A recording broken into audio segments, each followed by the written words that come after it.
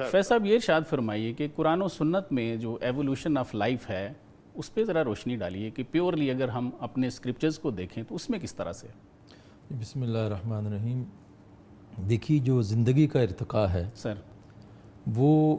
جیسے ڈاکٹر صاحب فرما رہے تھے کہ اگر ہم قرآن کریم کا اس پرسپیکٹیو سے مطالعہ کریں سر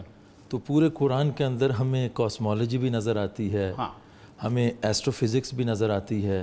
وہ جو سائنس کی روشنی میں جو چیزیں جو ایجادات ہو کر ڈسکور ہو کر ہماری آنکھوں کے سامنے نظر آتی ہیں تو وہ قرآن کو اس پرسپیکٹیو سے پڑھیں تو پورے قرآن کے اندر جگہ جگہ پر ایسی نشانیاں جو ہے وہ بکھری ہوئی پڑی ہوئی ہیں. سر یہ کن کا کیا تصور ہے پھر؟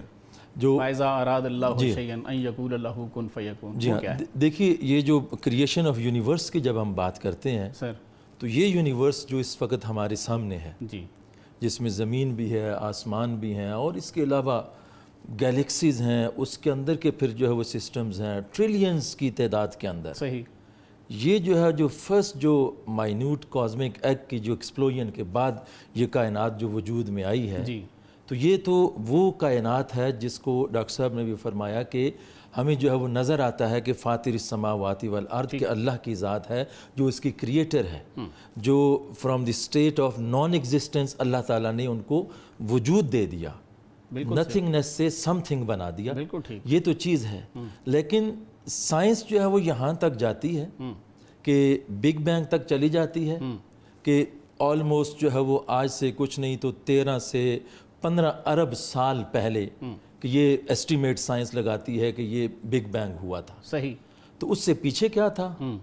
سائنس اس سے پیچھے جانے سے کتراتی ہے, یا تو وہ جان بوجھ کے اسکیپ کر جاتے ہیں کیونکہ جو ہے وہ جب آپ سائنٹسٹ سے پوچھیں, کسی سے بھی پوچھیں کہ اس سے پیچھے کیا ہے,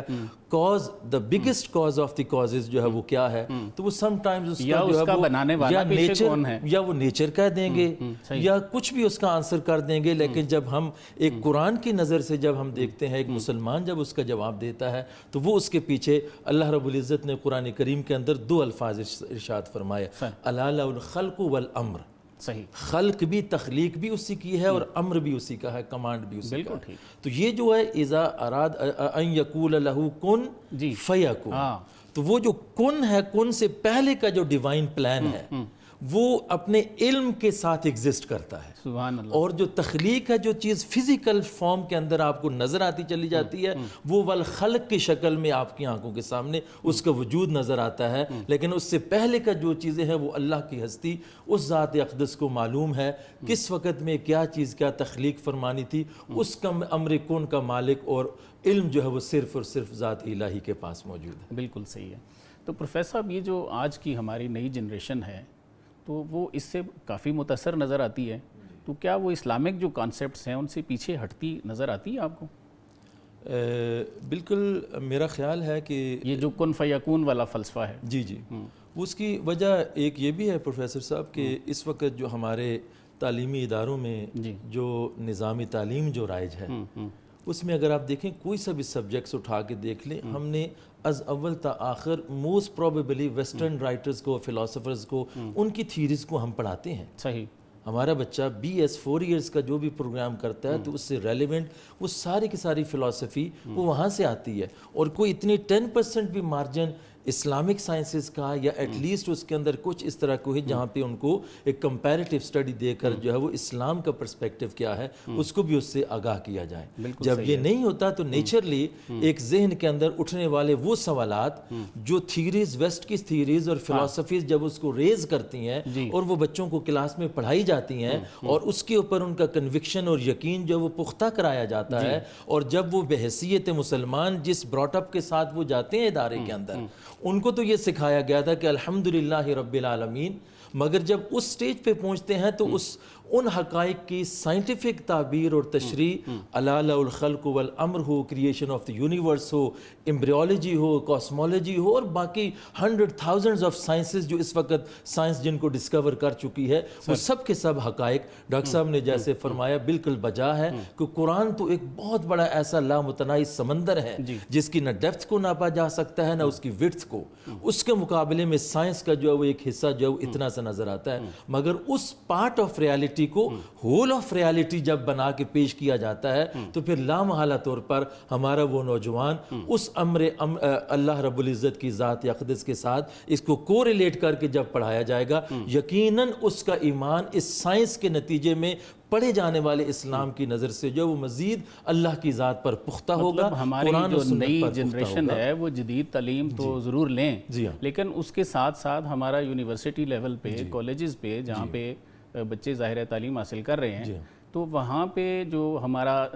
سلیبس ہے، نصاب ہے، اس میں تبدیلیوں کی ضرورت ہے۔ بہت شدید لیول پہ اس وقت خاص طور پہ ہم جس فیز سے گزر رہے ہیں، شاید آج سے اگر 10 سال پہلے کے ہیں تو شاید اتنی ضرورت محسوس نہیں ہوتی تھی جو اس وقت ہو رہی ہے۔ بالکل اس وقت بھی پروفیسر صاحب اگر پاکستان کے اندر ایک اندازے کے مطابق کوئی 1.5 کروڑ کے قریب جو ہماری یوتھ جو ہے الحاد سے متاثر ہو رہی ہے، بالکل ایسے ہی۔ اور عجیب بات یہ ہے کہ تعلیمی اداروں کے اندر ایسے لوگ جو وہ موجود ہیں جو ایسی ڈسکشنز کلاسز کے اندر وہ لانچ کر کے ایگزسٹنس آف گاڈ کے اوپر جو ہے وہ شک اور ارتیاب پیدا کر کے نوجوان نسل کو مزید اللہ کی ذات سے جو وہ دور کرنے کا موجب بنتے ہیں۔ ان حالات کے اندر ہم اس چیز کے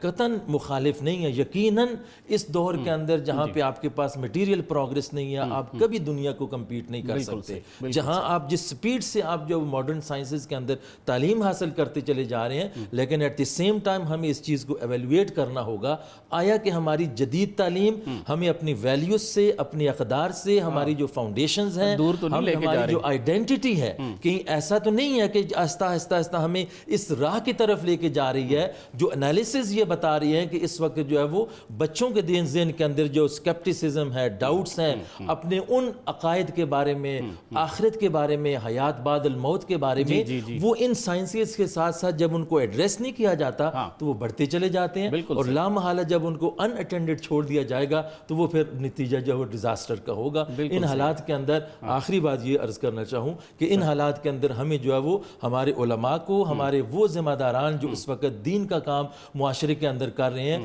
انہیں ایسے افراد کی تیاری کی بڑی شدید ضرورت ہے جہاں وہ ایک طرف قرآن و سنت کی نصوص کا علم جو ہے وہ رکھتے ہوں، ایٹ دی سیم ٹائم وہ جو لیٹسٹ ماڈرن جو سائنسز ہیں ان کا نالج بھی اپنے اپنے ڈومین میں رکھیں، تاکہ قرآن اور سائنس کی جو کمپیٹیبلٹی کے ساتھ جب وہ ریلیجن کو پریچ کریں گے تو ہوپ فلی پھر ہمارا